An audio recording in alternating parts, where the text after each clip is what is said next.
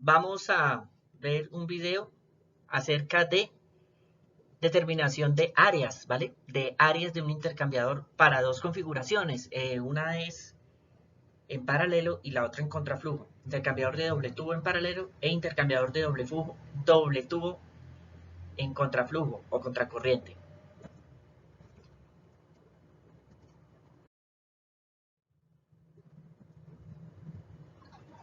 Como primera medida, el enunciado.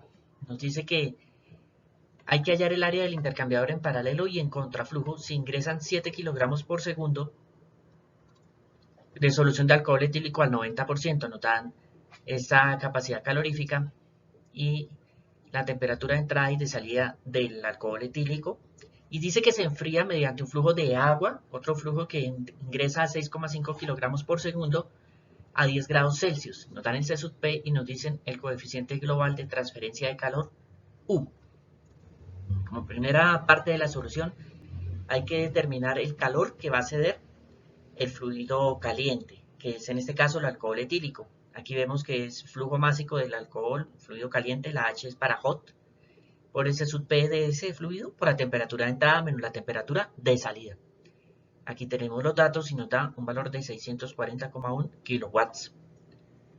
¿Por qué kilowatts? Porque es kilojoules sobre segundo. Kelvin y Kelvin se cancela, kilogramo y kilogramo se cancela. Alguno dirá, pero ¿y aquí por qué está en Kelvin si nos daban en Celsius? Porque la diferencia en Celsius y en Kelvin lineal, ¿vale?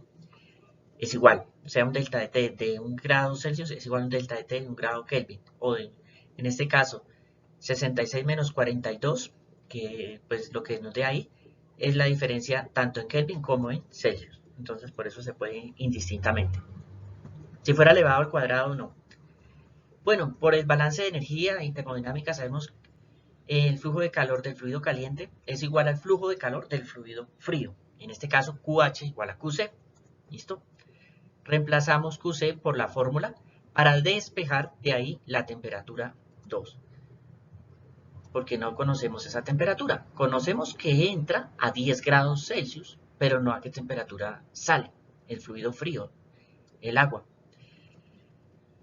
Y obviamente lo necesitamos. Listo. Reemplazando los datos, despejando, nos da este valor.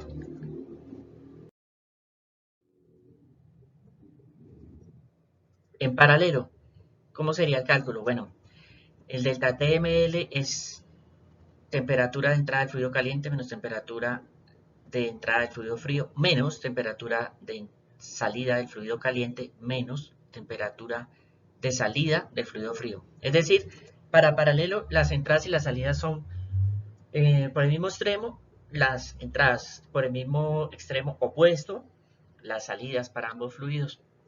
Y aquí queda pues el logaritmo de esta primera diferencia sobre la segunda diferencia. Al reemplazar los datos para la configuración, entonces TH1, 66, la del alcohol etílico, menos 10, la temperatura de entrada del agua, menos, el otro extremo sería temperatura de salida del fluido caliente, menos temperatura de salida del fluido frío, que fue la que acabamos de calcular. Sobre el logaritmo de esos resultados, de esas paréntesis, y nos da 25,68. Luego vendría el cálculo del área. ¿Cómo? Por Q igual a U por A por delta TML. De ahí se despeja el área. La ecuación de transferencia de energía en un intercambiador. El U nos lo dan en el enunciado, pero nos dicen que son watts, 600 watts, no kilowatts, como nos dio el calor. Recuerden aquí el calor. Teníamos que nos daba 640,1 kilowatts. Entonces multiplicamos por 1000 para pasarlo a watts. Y al reemplazar la temperatura, la diferencia de temperaturas que nos dio, obtenemos como resultado un área de 41,54 metros cuadrados. Nos vamos con el cálculo para contraflujo, en contraflujo, contracorriente. Entonces lo que va a cambiar es el orden de las temperaturas del fluido frío. Entonces, en la primera diferencia va temperatura de entrada del fluido caliente menos temperatura de salida del fluido frío. La siguiente diferencia es temperatura de salida del fluido caliente menos temperatura de entrada del fluido frío, porque eso es lo que se intercambia en un intercambiador valga la redundancia ahí en ese caso, de flujo contracorriente.